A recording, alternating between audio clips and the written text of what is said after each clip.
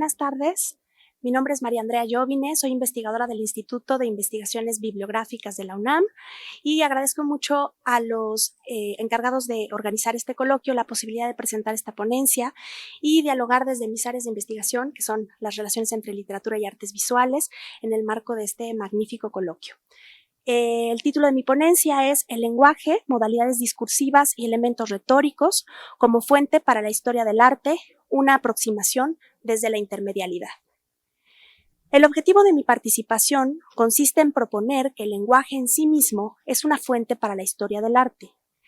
Nos detenemos poco en esta idea, pero vale la pena ponerla sobre la mesa a pesar de su aparente obviedad. Las reflexiones teóricas y metodológicas que encontramos en los textos de teoría del arte, de estética, de filosofía del arte, están hechas de palabras, de frases, de oraciones, y también lo están los textos de crítica de arte, las reseñas, las columnas periodísticas, los blogs más recientemente, e incluso las opiniones que los espectadores intercambian frente a una pieza en una exposición. ¿No valdría entonces detenerse más a menudo y de manera pormenorizada en cómo se configura ese lenguaje y analizar la naturaleza específica de ese lenguaje como mediación verbalizada del encuentro intersubjetivo entre la obra y el espectador?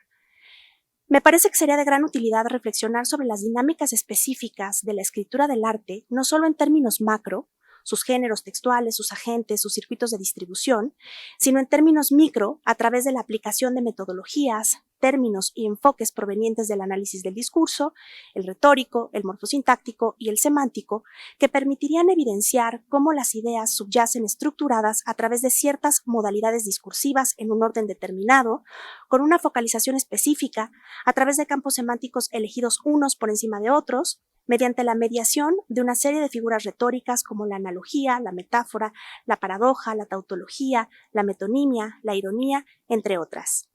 Me referiré aquí solo a las artes visuales, concretamente a la pintura, y me interesa situarme en un paradigma intermedial y contextual, pues sostengo que dado que el lenguaje del arte o bien la relación entre las obras visuales y el discurso verbal que se construye para explicarlas, describirlas, citarlas, es en sí misma una relación intermedial, o si se quiere ser más precisos, iconotextual, resulta útil considerarlo también a la luz de los enfoques intermediales que precisamente se concentran en problematizar las relaciones entre esferas semióticas y mediales, en este caso lo visual y lo verbal, que, a diferencia de otros objetos de estudio como los emblemas, la poesía visual, los exvotos, el cine y un largo etcétera, en los que los elementos verbales y visuales se encuentran fusionados y constituyen una unidad integral que nació con ambos lenguajes en contacto paralelo como parte del objeto mismo, en el caso que nos ocupa, la obra de arte es independiente de aquello que se dice de ella y que a todas luces se subordina a lo visual.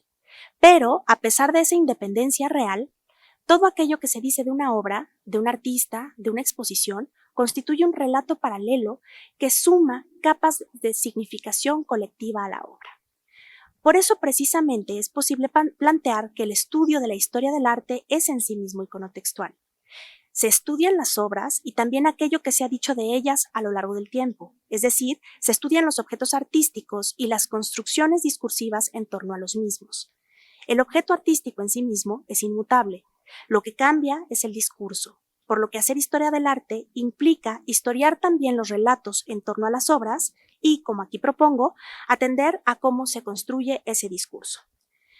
Son muchos quienes se han ocupado de reflexionar sobre las relaciones imagen-texto, visualidad-lenguaje. Por ejemplo, Achandal, Foucault, Mitchell, Wagner, Heffernan, Didi Uberman, Wash, Isidori, entre muchos más, cuyas propuestas desde la historia del arte, la filosofía, los estudios visuales y la intermedialidad han abonado a asentar la importancia de atender los goznes entre las obras y el lenguaje verbal que se emplea para aludir a ellas y construir redes hermenéuticas y afectivas de intersubjetividad.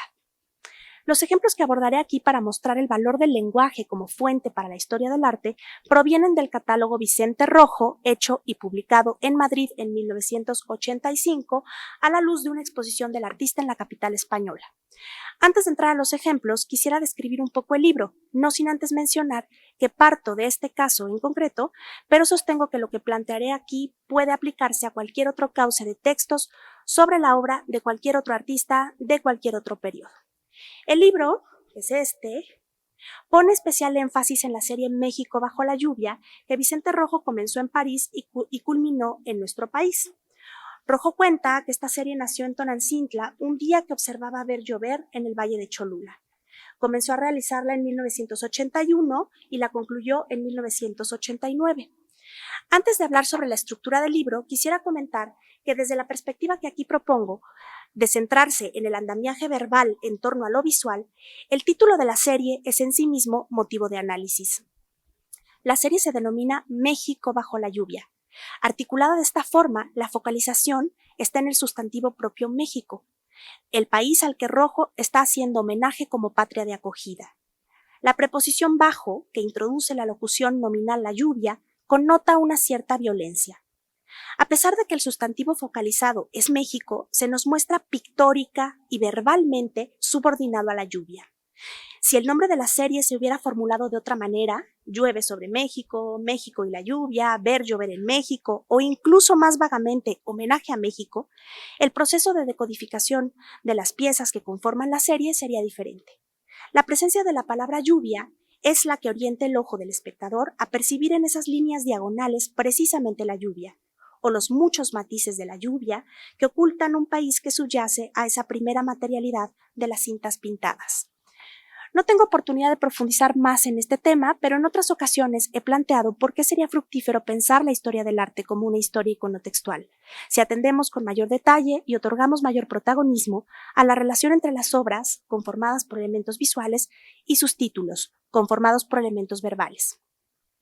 El libro está dividido en 3 secciones, con textos realizados ex profeso para el catálogo a manera de homenaje a Rojo, que son los primeros, una sección que incluye entrevistas hechas al artista a través de las cuales tenemos la oportunidad de leer su propio discurso en torno a sí mismo y a su trabajo. Aquí es importante distinguir que se trata de una autorrepresentación verbal. Y por último, otra sección de textos recogidos de la prensa cultural de la época, escritos por diversas voces como Raquel Tibol, Juan García Ponce, Ramón Xirau, Jorge Alberto Manrique, Juan Hacha, Oliver de Broas, entre muchos más. Al final hay una sección de color, a color en papel de mayor gramaje con 176 reproducciones de gran calidad. Comienzan las de la serie Señales, seguidas de la serie Negaciones, Recuerdos y por último 29 reproducciones de México bajo la lluvia, entre las que se incluyen 8 esculturas.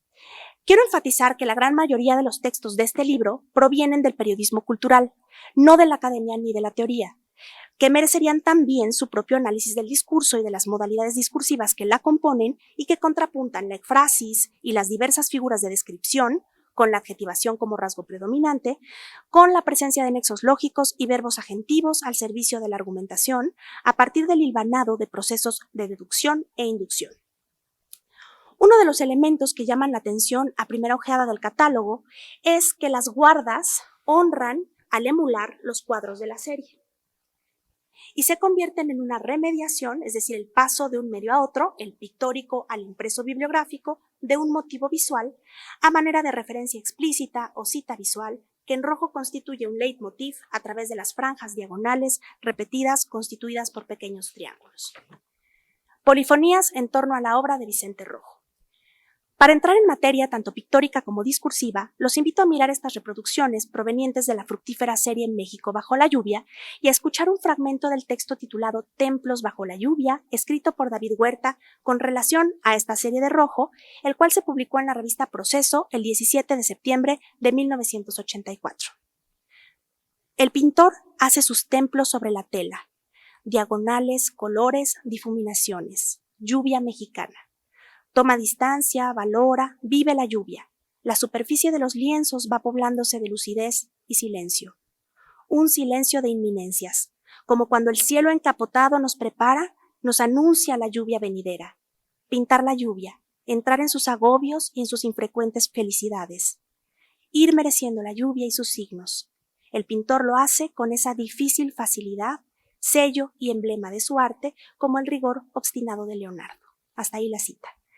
Las palabras de David Huerta descubren, revelan, son una brújula para ver México bajo la lluvia desde sus ojos. Una mediación de otra mediación. La subjetividad del pintor se enfatiza con el uso del adjetivo posesivo su. Hace sus templos. Rojo nos invita a ver la lluvia, su lluvia, y Huerta nos invita a ver lo que él vio en La lluvia tejida por Vicente Rojo. Por ejemplo, yo no había reparado en el silencio que para Huerta es parte de la experiencia de ver estos cuadros, pero no cualquier silencio, un silencio de inminencias.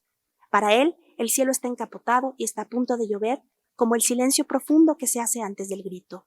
Así, Huerta subraya una temporalidad en el cuadro que no está ahí necesariamente, que surge de su propio encuentro intersubjetivo con las piezas y que ahora, al menos para mí y para ustedes que conocemos el texto, se suma también a nuestra experiencia de los cuadros de la serie. Quiero destacar el oxímoron difícil facilidad, que resulta muy efectivo para sintetizar la impresión que tenemos en general frente al trabajo de Rojo. Al jugar con el título de la serie México bajo la lluvia y titular su texto Templos bajo la lluvia, Huerta enfatiza la dimensión de lo sagrado que él ve en los cuadros de Rojo y que nos hace ver a través de sus palabras. Pasemos a otro ejemplo correspondiente al texto El laberinto rojo de Antonio Saura, que abre el catálogo a manera de introducción. Esta composición en diagonal, cuya misma inclinación parece descubrirnos una inmensidad totalizadora, podría plantear un inquietante problema de descomposición. Campo labrado, celosía, cósmica y piramidal ascensión, propagado reflejo, caleidoscopio, prehispánico friso, excavación, aérea visión, fertilidad, tridimensional, contemplación.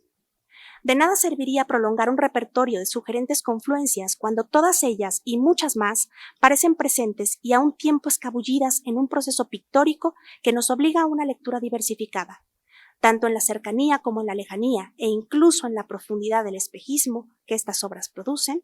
El resultado no obedece más que a un fenómeno pictórico llevado a su paroxismo. Hasta ahí la cita. Para Saura, el paroxismo visual no puede ser atrapado mediante una sola palabra. De ahí que surja la necesidad de traducir los elementos de México bajo la lluvia mediante distintos sustantivos que nos llevan a campos semánticos diferentes, desde el de la tierra y la siembra hasta el del firmamento. Esta profusión, a manera de letanía de sustantivos diversos, pero en cierta medida colindantes, esta serie verbal es la traducción lingüística del principio serial de Rojo. El texto comienza con una descripción muy concreta, composición en diagonal, y se va en una especie de zoom out haciendo cada vez más abstracta y emulando mediante el paroxismo verbal el paroxismo visual que Saura ve en los cuadros de Rojo. Si bien por motivos de tiempo no puedo detenerme en analizar muchos textos, quiero mostrar otros ejemplos para dar cuenta de cómo la polifonía en torno a la obra de Rojo se va tejiendo en discursividades distintas que nos invitan a ver las obras en una u otra dirección a partir de cómo se configura el lenguaje. Valerio Adami, en un paréntesis que se abre sin cesar, dice: habría que gozar de varios ojos para seguir y contemplar de lleno un conjunto tan fértil de líneas paralelas. Solo así descubriríamos la complejidad soterrada de su mensaje poético. Nótese la efectividad de la hipérbole y el uso del tiempo condicional. Al decir que no bastan dos ojos, sino que habría que tener varios, Adami alude a la complejidad visual de la obra de Rojo, pero no lo dice así. Lo dice de una manera muy específica. Habría que tener varios ojos, y en esa forma del decir queda implícita una forma del mirar. La metáfora, como figura de prestigio, es quizá el tropo que mayormente encontraremos en el lenguaje que se teje en torno al arte. Pasemos al siguiente ejemplo. Dice Álvaro Mutis: Vicente Rojo coloca banderas en los límites del mundo para inaugurar la celebración de las aguas lustrales y la fiesta de los nuevos signos que servirán para recorrer territorios donde se levantó la veda y reconocer, como en un espejo viajero, el auténtico destino que nos había ocultado la necedad de los agrimensores acólitos de la ciega ceremonia que bautizaba las cosas. La abstracción del texto contrasta con, y por tanto, subraya el énfasis material de la concreción de la pintura de Rojo, unidos a través de la metáfora. Sergio Pitol, en Sobre la lluvia, dice: la serie parece estar completa. ¿La fiesta ha concluido? Nada de eso. Desde los muros, la lluvia se desborda, lista para inundar el mundo. Las telas respiran y jadean. Amenazadora, jubilosamente, indica que Tlaloc Rojo, el dios de la lluvia, su convocador, su demiurgo, ha alcanzado el instante supremo. Nótese el énfasis en la sinestesia. Las telas respiran y jadean. Pitol nos hace escuchar los cuadros de Rojo, verlos con el oído. La inclusión de una pregunta retórica, ¿la fiesta ha concluido?, invita al lectoespectador a pensar junto con Pitol, a ser copartícipe del argumento. Severo Sarduy, en el texto titulado En el cuello de Olimpia, dice: Vicente Rojo pinta por cintas, pero pintar con cintas rememora también una particular inscripción. Trae al presente del gesto la autoridad de un arcaísmo. Guerreros enmascarados, peldaños de glifos, puntos y barras de la numeración maya, dioses y jaguares minúsculos y alineados para proteger el recinto sepulcral. La cinta es cita, rememoración y homenaje a la pintura. Una cinta amparó de la desnudez y de paso cambió la historia de la pintura ligeramente anudada en el cuello de Olimpia. Hasta ahí las palabras de Sarduy. Con estas palabras, cristalizadas en el juego semántico y sonoro entre cinta y cita, Sarduy filia la obra de Rojo con la historia del arte, desde lo prehispánico hasta una de las pinturas clásicas que inauguran el arte moderno, la Olimpia de Manet. En imagen de Juan Soriano, Soriano le dice: Querido Vicente, dulce y tranquilo poeta iconoclasta, ahora, gota a gota, nos vas lavando con tus intempestivas lluvias los ojos pescadores de imágenes. Un colega pintor lo llama poeta, y él mismo se expresa de una manera muy metafórica. La metáfora es, por antonomasia, la figura retórica por excelencia, ya se trate de una metáfora visual o una metáfora verbal. Y aquí nos interesa pensar en la metáfora verbal que se gesta para referir a una metáfora visual, como un espejo de un espejo. El lenguaje que encontramos en la correspondencia es interesante porque se encuentra en un estado comunicativo natural, más subjetivo e íntimo, menos remozado que el del periodismo cultural. Por ejemplo, en una carta de Vicente Rojo a Donald Goodall, director del Museo de la Universidad de Austin, fechada el 7 de junio de 1978, hablando de una serie que en ese momento tenía en proceso titulada Recuerdos, Vicente Rojo dice: Cuando recuerdo, no solo busco mi infancia y a mi país herido, busco un nuevo país intensamente imaginado y protector, a mis hijos, algunos hermosos momentos, la lluvia y un juego de dados. En una entrevista con Cristina Pacheco titulada Ejercicios para la mano izquierda, publicada en 1+1 el 26 de julio de 1981, Cristina Pacheco le pregunta: ¿La pintura es un eco de tu voz? Rojo responde: es más que eso, y al mismo tiempo debería ser algo más sencillo que un eco, la vida simplemente. Merecería un estudio aparte el tema de la autorrepresentación. Los artistas visuales en muchas ocasiones recurren a la autorrepresentación visual a través del autorretrato, pero también resulta interesante analizar cómo se construyen lingüísticamente, con qué palabras se refieren a su obra, qué sucede con la autorrepresentación verbal que hacen en las entrevistas, en los textos autobiográficos, en las declaraciones.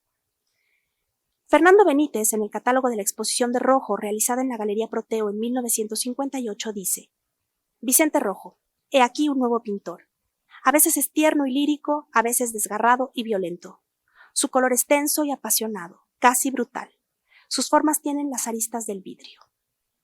El texto capitaliza la antítesis y la sinestesia. Nuestra propia experiencia de la obra de Rojo se redimensiona cuando leemos que sus formas tienen las aristas del vidrio.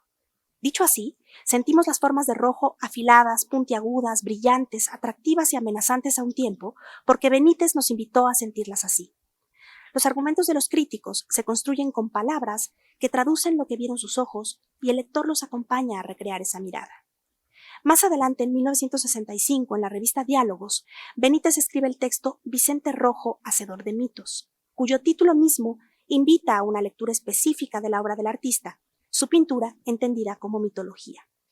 Luego, en el texto Lluvias como fuego, Benítez lo transforma en mago. En su nueva serie México bajo la lluvia, culmina la madurez de Vicente Rojo. Pero la lluvia, no olvidemos, está compuesta de gotas, y aquí cada una de ellas toma la forma de un pequeño triángulo, de una pirámide o de un prisma diminuto donde nacen y se deshacen iridiscencias y arcoíris. Rojo ahora es un mago que se ejercita en el lanzamiento de sus cada vez más complicados artificios. Debe cuidar sus gotas y debe entonar el salmo de la lluvia fecundante, haciendo que lo microscópico se funda en la totalidad cromática del cuadro. Hasta ahí la cita. Con el título Lluvias como fuego, Benítez une dos elementos antitéticos: los sustantivos pirámide, prisma, iridiscencias, arcoíris, totalidad cromática, apuntan a la exuberancia visual. Cuando Benítez dice que Rojo es un mago que se ejercita en el lanzamiento de sus cada vez más complicados artificios, y cuando nos lo muestra entonando el salmo de la lluvia fecundante, nos lleva a una dimensión mágica, ritual, cósmica, como puerta de entrada a la serie de Rojo.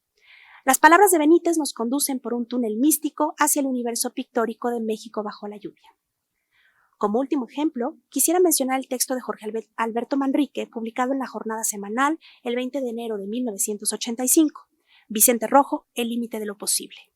Dice: la geometría nos remite a lo racional, lo preciso, lo frío.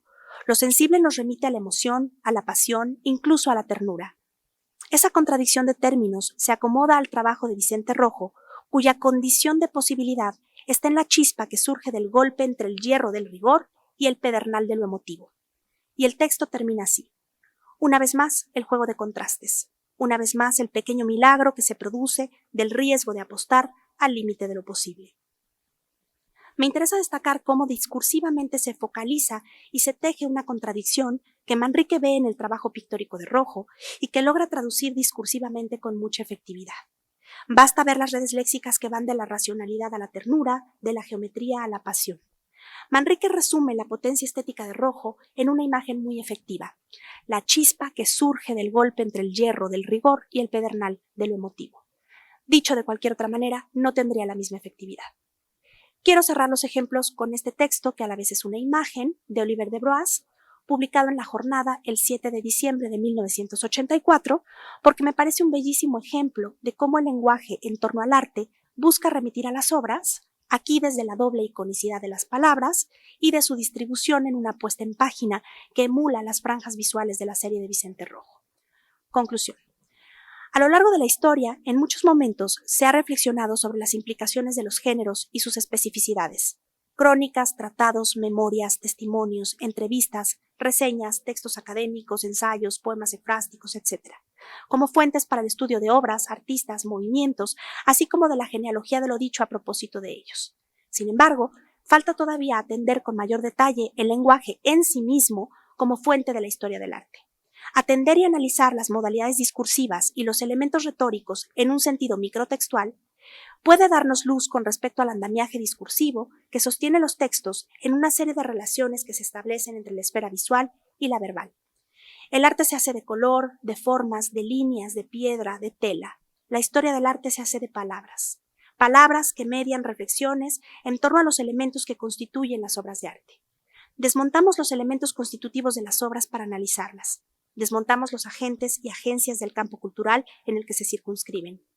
Desmontemos pues también el lenguaje con el que nos referimos a las obras, sus contextos y sus campos de acción, para profundizar en el estudio de la historia del arte como una genealogía de obras y prácticas artísticas y de la polifonía textual que se genera en torno a ellas.